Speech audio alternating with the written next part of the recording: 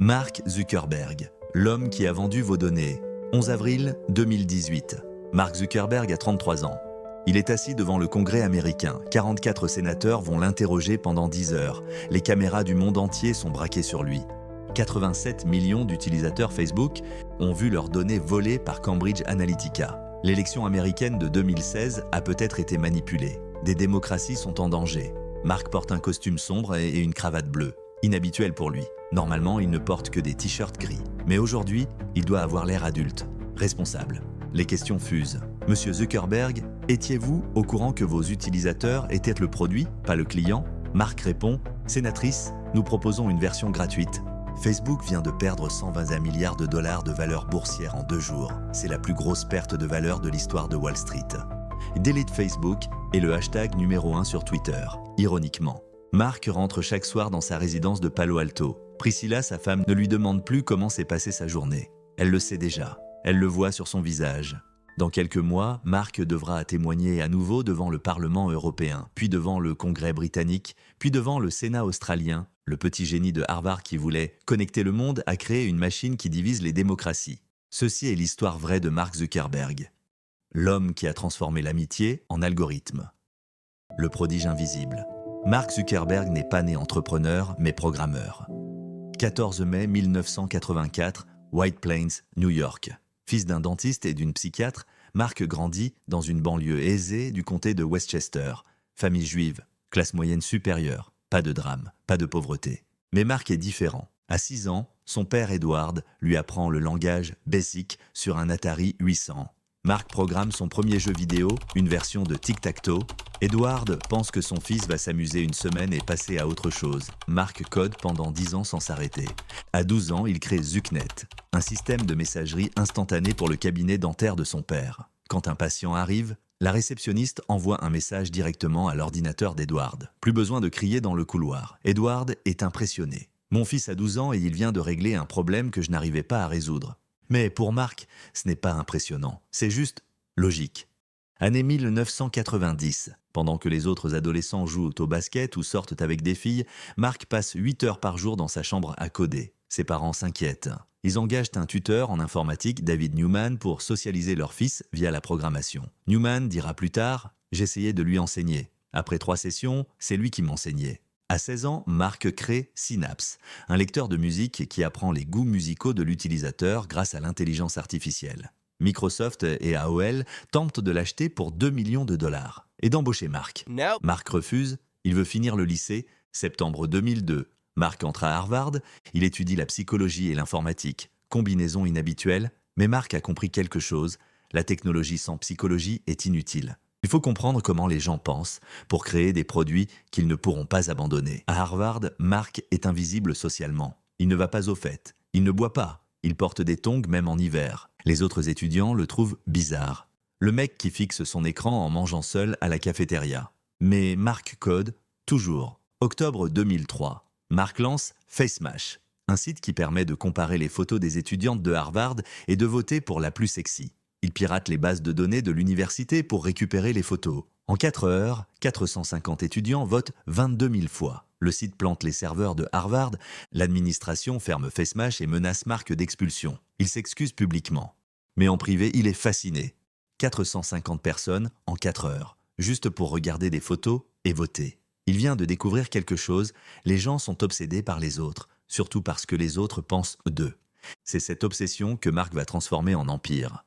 La trahison originelle, novembre 2003. Cameron et Tyler Winklevoss, 2 jumeaux athlétiques et riches de Harvard, contactent Mark. Ils ont une idée, Harvard Connection, un réseau social exclusif pour les élites universitaires. Ils ont besoin d'un programmeur, Mark dit oui. Pendant 2 mois, Mark fait semblant de travailler sur leur projet. Il envoie des emails vagues, j'avance bien, encore quelques bugs à corriger. Mais en réalité, il ne code rien pour eux, il code pour lui. 4 février 2004, Mark lance TheFacebook.com depuis sa chambre de dortoir à Kirkland House. Son colocataire Dustin Moskovitz l'aide, son ami Eduardo Saverin investit 1 000 $ pour les serveurs. C'est exactement le concept que les Winklevoss lui avaient décrit. Sauf que maintenant, c'est à Mark. Les jumeaux Winklevoss sont furieux.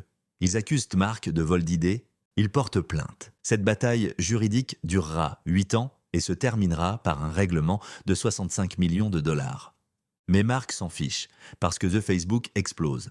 En 24 heures, 1200 inscrits à Harvard, en une semaine, la moitié du campus. En un mois, Stanford, Yale, Columbia. Mark comprend immédiatement ce qui rend Facebook addictif. Ce n'est pas la technologie, c'est la psychologie. Les gens ne viennent pas pour se connecter. Ils viennent pour se comparer, pour voir qui sort avec qui est populaire, qui ne l'est pas. Facebook n'est pas un réseau social. C'est un miroir permanent où tout le monde vérifie son propre reflet à travers les yeux des autres. Mai 2004. Mark a un problème. Facebook croît trop vite. Il doit choisir, retourner à Harvard pour son deuxième année ou abandonner ses études pour gérer Facebook. Sa mère Karen le supplie. « Mark, tu ne peux pas abandonner Harvard, tu as 19 ans. » Mark répond « Maman, Bill Gates a abandonné Harvard. Steve Jobs a abandonné Reed College. Si je reste, je vais juste devenir un employé de Microsoft. » Il abandonne Harvard, il ne retournera jamais. Enfin, jusqu'à ce que Harvard lui donne un diplôme honorifique 13 ans plus tard. Été 2004, Mark déménage à Palo Alto avec Dustin et quelques programmeurs. Il loue une maison au 819 la Jennifer Way. 5 garçons geeks qui codent 16 heures par jour, mangent des pizzas froides et dorment 4 heures par nuit. Une nuit de juillet 2004, Mark est seul dans le salon. Il est 3 heures du matin. Les autres dorment. Il regarde les statistiques de croissance sur son ordinateur portable. Facebook vient de dépasser 1 million d'utilisateurs. Il a 20 ans. Il n'a pas d'argent, pas de diplôme, pas de plan de business formel, mais il a 1 million de personnes qui utilisent son produit tous les jours. Il ouvre une canette de Red Bull tiède. Il sourit. C'est la première fois qu'il sourit depuis des semaines. Mais la croissance pose un problème. Facebook n'a aucun revenu. $0. Eduardo Saverin, le cofondateur et CFO, panique. Mark, on n'a plus d'argent pour les serveurs. Il faut trouver des investisseurs ou vendre. Mark refuse. On ne vend pas jamais.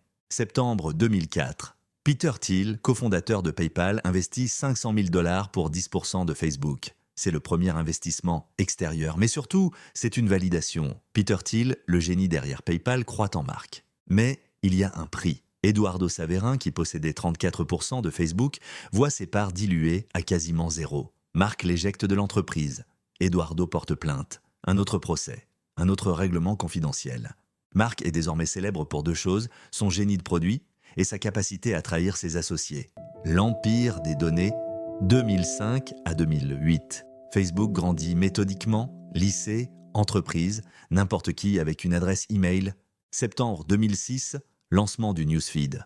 Les utilisateurs sont furieux. Facebook espionne notre vie privée. Mark ne recule pas. Il sait quelque chose. Les gens vont râler pendant 48 heures, puis ils vont devenir accros. Il a raison.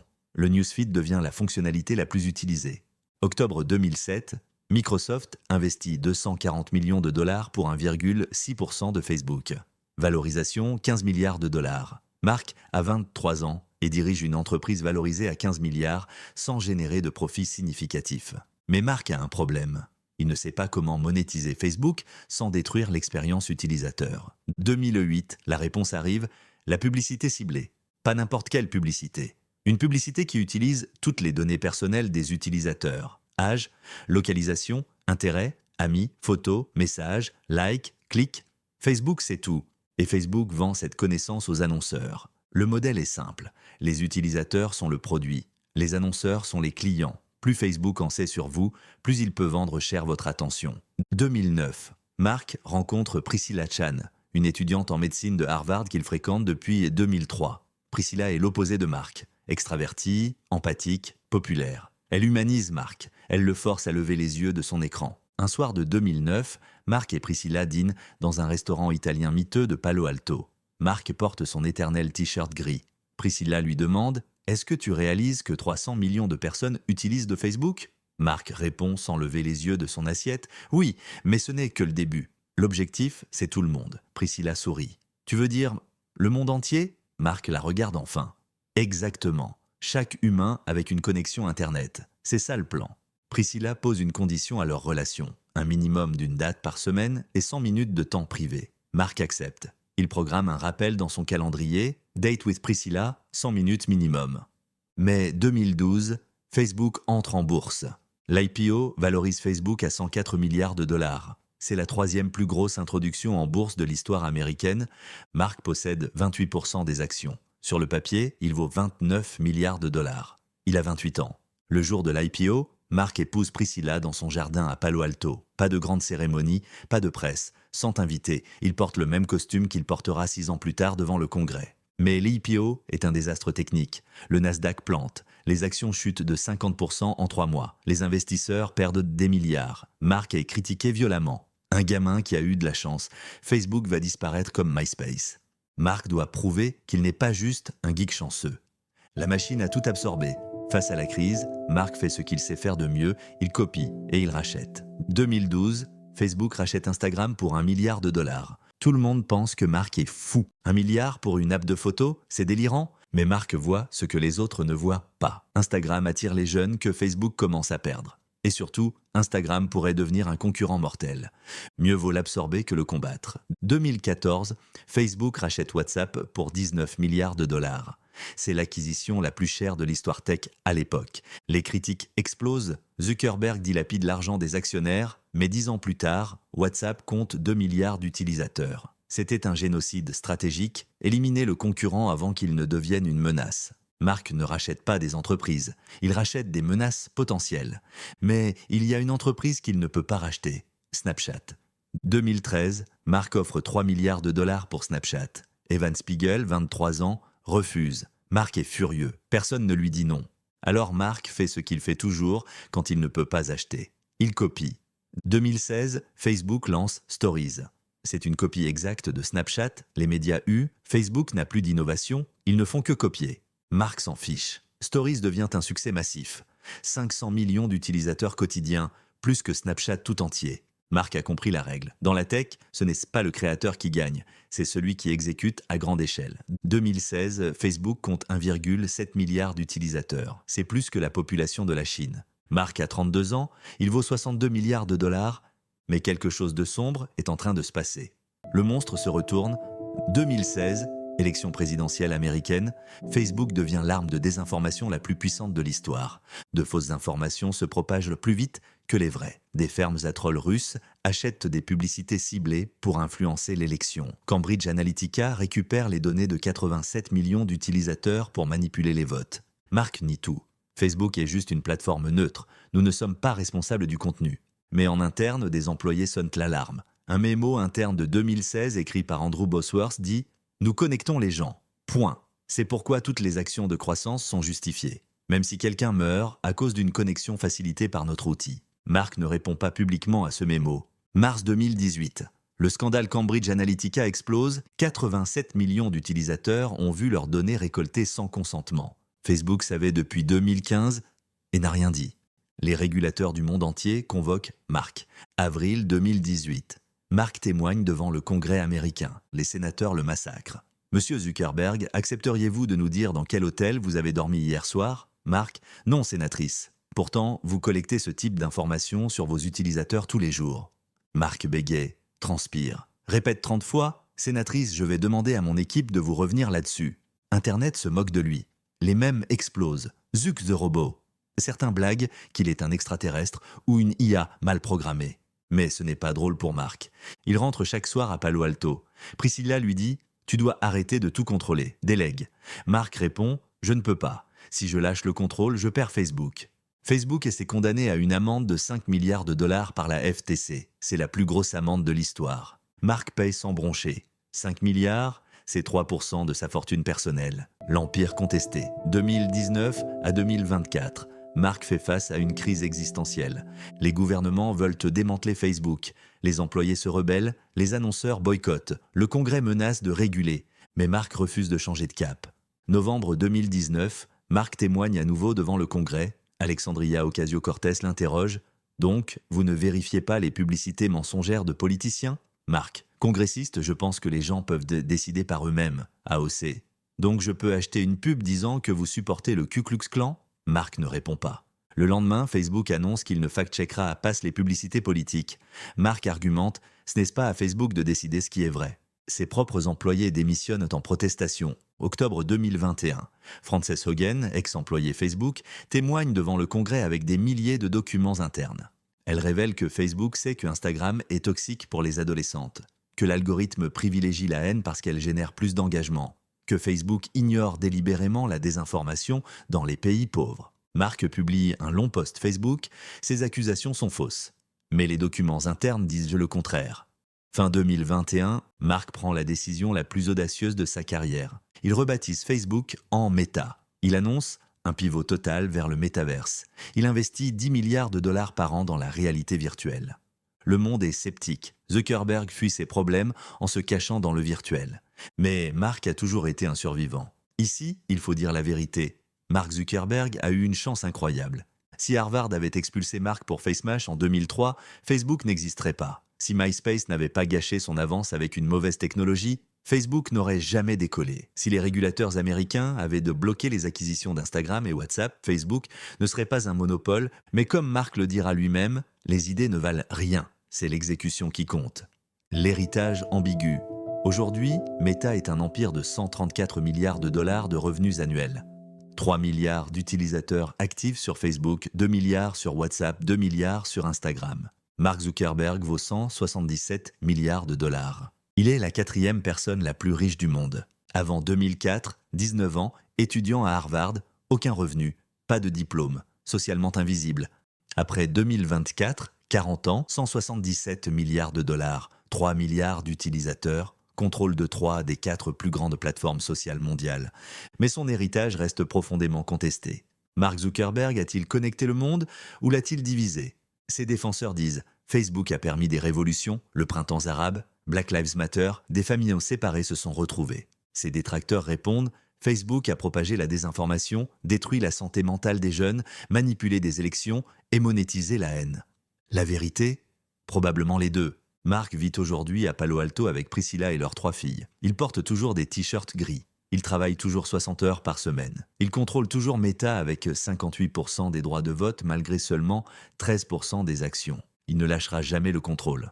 Parce que pour Mark, perdre le contrôle de Facebook, c'est perdre son identité. Épilogue, le paradoxe Zuckerberg. Mark Zuckerberg n'a pas inventé les réseaux sociaux. Il n'a pas inventé le ciblage publicitaire. Il n'a même pas eu l'idée originale de Facebook. Mais il a compris quelque chose que personne d'autre n'avait compris. Les gens ne veulent pas de la vie privée, ils veulent de la validation. Et c'est peut-être ça le vrai génie de Mark Zuckerberg. Pas la technologie, pas le code, mais la compréhension brutale de la psychologie humaine. Les gens disent vouloir la vie privée, mais ils postent leur vie publiquement. Les gens disent détester Facebook, mais ils y retournent tous les jours. Les gens disent vouloir la vérité, mais ils cliquent davantage sur les mensonges. Mark a construit une machine qui donne aux gens ce qu'ils veulent vraiment, pas ce qu'ils prétendent vouloir. L'histoire de Mark Zuckerberg nous force à poser une question inconfortable. Peut-on connecter le monde sans le contrôler? Mark lui-même répondrait probablement « connecter et contrôler, c'est la même chose ». Aujourd'hui, une personne sur 3 dans le monde utilise un produit Meta chaque jour. Mark Zuckerberg a transformé l'amitié en algorithme, la vie privée en marchandise et l'attention humaine en empire, grâce à lui ou à cause de lui, selon votre point de vue. Mark Zuckerberg disait en 2009 « Si vous avez quelque chose que vous ne voulez pas que les gens sachent, peut-être ne devriez-vous pas le faire ?» Il avait tort ou raison. Ça dépend si vous êtes l'utilisateur ou l'actionnaire. Mark Zuckerberg, 1984 à présent, l'homme qui n'a pas inventé les réseaux sociaux, mais qui en a fait le plus grand système de surveillance de l'histoire humaine.